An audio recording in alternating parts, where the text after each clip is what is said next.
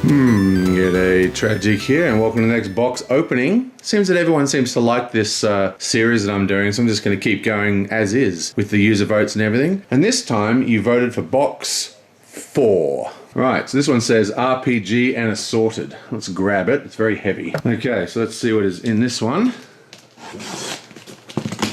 What do you got for us?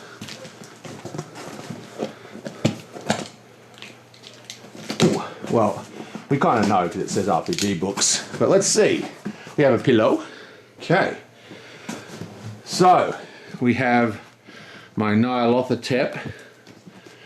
This is a Call of Cthulhu Nyarlathotep. This is one of the biggest campaigns in Call of Cthulhu. This is the massive new edition. And one I'm going to be setting up to play very, very soon. So I'm glad I found that. Oop. What else we got in here? Right, so we got Forbidden Lands. This is an OSR-like. And what I mean by that is, look at these gorgeous, gorgeous books. But what I mean by that is that it looks like an OSR. It plays like an OSR. But it's got modern gaming concepts in it, like the way the dice works and stuff like that isn't old school. It's a very incredibly good game, and I would rather play Forbidden Lands over D&D any day of the week. What else is here? Why have I got pillows in here? Oh, there's my camera. There's my fancy camera. Better turn that on and see if it works. What else is in here? Alien. This is the Alien RPG. This is a really cool RPG. It's got a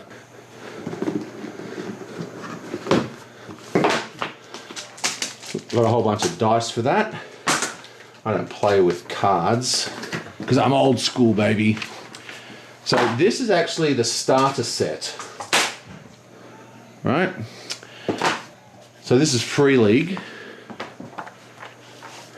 And they just make absolutely high quality things. Now I've kind of gone off this game a little, which is why the starter set that I was going to give to my mate I never gave to him. But I have a complete starter set here in case I ever need to sell it. What Alien did do was didn't introduce, but popularized a concept that they called cinematic mode in here. And a lot of RPGs, especially independent ones, are copying this kind of idea. And what it is, instead of being something like D&D or Forbidden Lands or whatever, where the DM makes like a kind of huge sandbox to play in, instead you play a very directed, very on rails, using pre-made characters, cinematic storyline. So you're playing a movie. You still have all your own decisions and it can go into interesting ways, but it's more about sitting down and playing a game. Only takes a couple of sessions. I mean, you know, one-shots have been around since the dawn of time, but so for example, in this game, you've got the normal Alien game world where you can do everything from play as corporations to, you know, miners to cargo people to whatever. It's really open.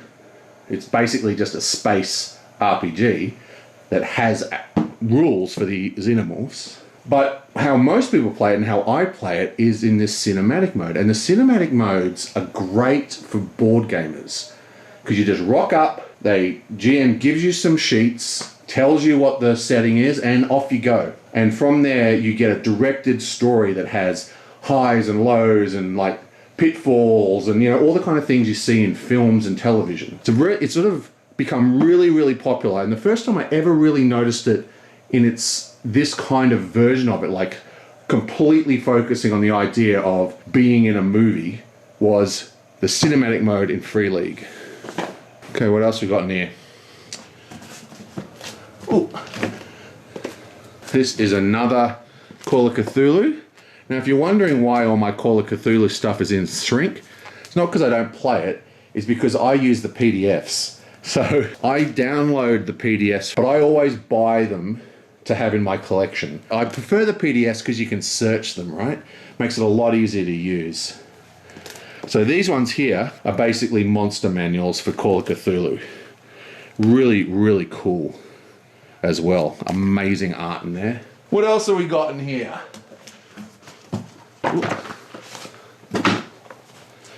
Okay, so this is the Alien role-playing game itself. This is what I was talking about before. This is the actual world-building book where you create a space universe to play inside.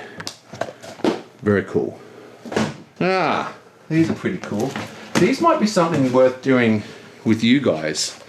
So these are Call of Cthulhu one-shots designed to be played solo.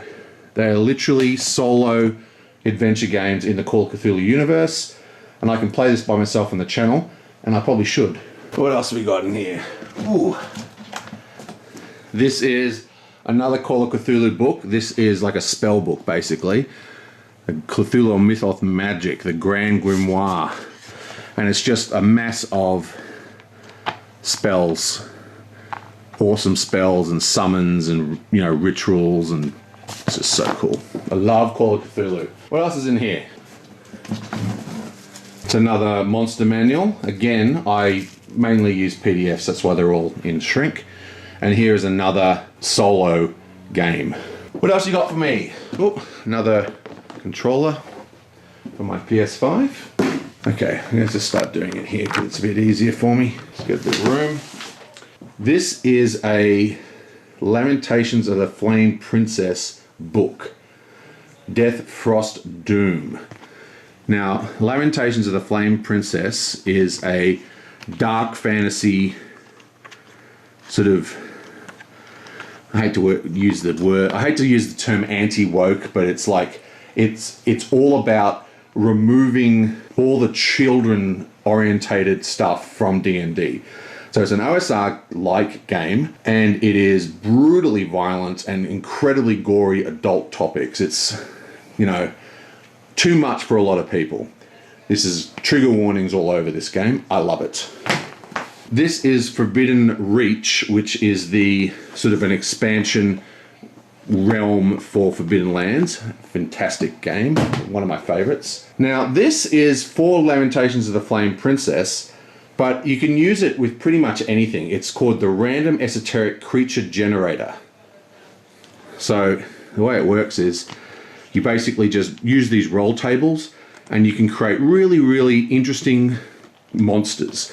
You can make, it describes their abilities, it describes what they look like, and you mix and match, and you can just basically see that's why Lamentations of the Flame Princess gets a bit of a bad rap. It's very sexualized content.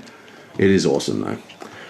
But yeah, it's an amazing little handbook for creating your own monsters on the fly. DMs should all have this. It's just excellent.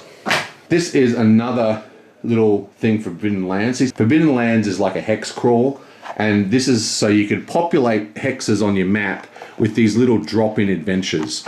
And I particularly like the namesake, which is the Spire of Quetzalcoatl, which is like this awesome, let me try and find the page. So it's this awesome sort of, you enter the tower, and as you go up, you go to different dimensions. There's a whole town, there's a labyrinth over here, and just go all the way up. It's just an amazing adventure. And that's so when people are just exploring around the hex map, they can find these interesting things. And that's the great thing about Forbidden Lands and hex map RPGs. See, as a DM, you can just populate it with anything from any game book you like. You just put it in a hex somewhere, and if they stumble into that thing, they go, oh, there's a weird cave, what's in there? And you can pull out some awesome little book like this and give them a cool little side adventure. This is another solo Call of Cthulhu thing. Okay, so this is Alien Destroyer of Worlds. This is a cinematic module, like a large, like cinematic campaign for Alien. Fantastic. I never really got to play it. I only sort of read through it and planned to, but my RPG group really bounced off Alien. Not because Alien is a bad game. It's a fantastic game. The reason they bounced off it is because we started playing a game called Mothership, which is basically this, but a lot more. You know what I mean? Like, this game is really good at telling stories in the Alien universe, as you'd expect, because it's called Alien. But Mothership, it can tell the same stories and pretty much any other story from, you know, Event Horizon to Outland to whatever. Anything in space can be in Mothership. This is a great game though. When Pathfinder brought out their Starfinder, I just bought the manual and had a look for it. I never actually played this game. This is another Call of Cthulhu thing called Terra Australis, which is all set in Australia. It's all full of Australian lore for you to build up your Australian Cthulhu setting. It's fantastic. I think it's particularly good for foreigners because a lot of Australians know a lot of this stuff, you know, about Aboriginal culture and the dream time and that, but it's all spelled out in this, all the Australian mythology. It's an excellent book. This is the Aliens Colonial Marine Manual. It's like a codex for running squads of Marines. So if you want to set up all your friends to be a squad of Marines and go on an adventure, this is what you use. That's the Alien, DM's shield. And of course, what would Call of Cthulhu be without the manual? This is the latest one, edition whatever.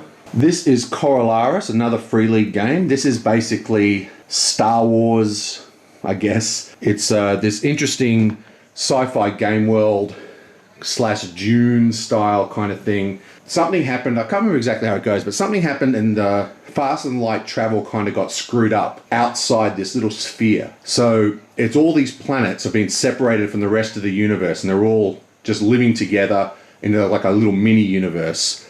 Very, very good game. Incredibly imaginative, a beautiful setting, and you know, if you like sci-fi RPGs, you can't go wrong. Which I do, obviously. Oh. Big RPG map. Don't use it.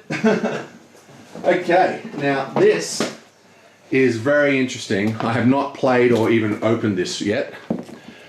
This is called Dragon Bane. Now, this used to be called Dungeons and Demons. Now, people from the modern era don't really understand that there was no communication back in the day. We didn't have the internet, you know, we didn't have people from Russia talking to people from Australia. There were separate groups. And if you played role-playing game and you were in, you know, like Northern Europe, like Finland, Norway, Russia, all those kind of places, you didn't play D&D. You played Dragons and Demons, which is a very similar game. I mean, it has differences. Now, they've renamed it Dragon Bane, probably to get rid of the demon title, but this is a remaking of the game. So this is by Free League again, one of my favorite RPG companies. So they've taken this game, which I think is actually originally Finnish or something like that, and they've rebuilt it into a modern Free League engine. And it's just fantastic. I mean, like, the rulebook is fantastic. I've read the PDF. I haven't opened these. But yeah, it's an interesting game because it's like a throwback to an alternative version of RPGs. Because like I said, you know, there was no communication, there was no internet, so people basically just played what they had, and they didn't have D&D, they had Dragons and Demons. Now called Dragon Bane. What else we got in here? We have a little box of magnifying glasses. That's for me to read. Lamentations of the Flame Princess rule set. Another magnifying glass. Final Fantasy... what is that? XVI? Yeah, so Final Fantasy 16. 2 Lord of the Rings boxes I haven't opened yet. These were the final acquisitions. Oh no, there was one more after this. So basically, I've kind of stopped collecting Lord of the Rings, but I wanted to complete the Lord of the Rings cycle, like the thematic quest version, you know, that goes up to Frodo throwing the ring into the fire. So that's just some of them. And finally, Calco. This is a game that I have not opened, and that's because I play it at my friend's house all the time. I bought myself a copy, but we've never actually played it at my house. Very, very cool. It's a little light game. Reminds me a little bit of, you know, that one with sewing the buttons or whatever, but it's a very, very cute game. It's basically building a quilt for a comfy cat. Okay, so that's about that. Lots of RPG books, but really importantly... oh wait, there's one more. Supernova. So this is an interesting game. This is a game designed by a guy who is not a board gamer. It's an interesting game. It's not actually bad. It's very abstract. I quite like this game, but it's very obscure. I don't think many people know about it. and it's awesome. Well, it's okay. Well, that is that. Don't forget to vote on the next game. Sorry I'm kind of rushing through this. It's like 1 billion degrees and I'm sweating so badly, I'm about to pass out. Oh, I'll see you guys next time.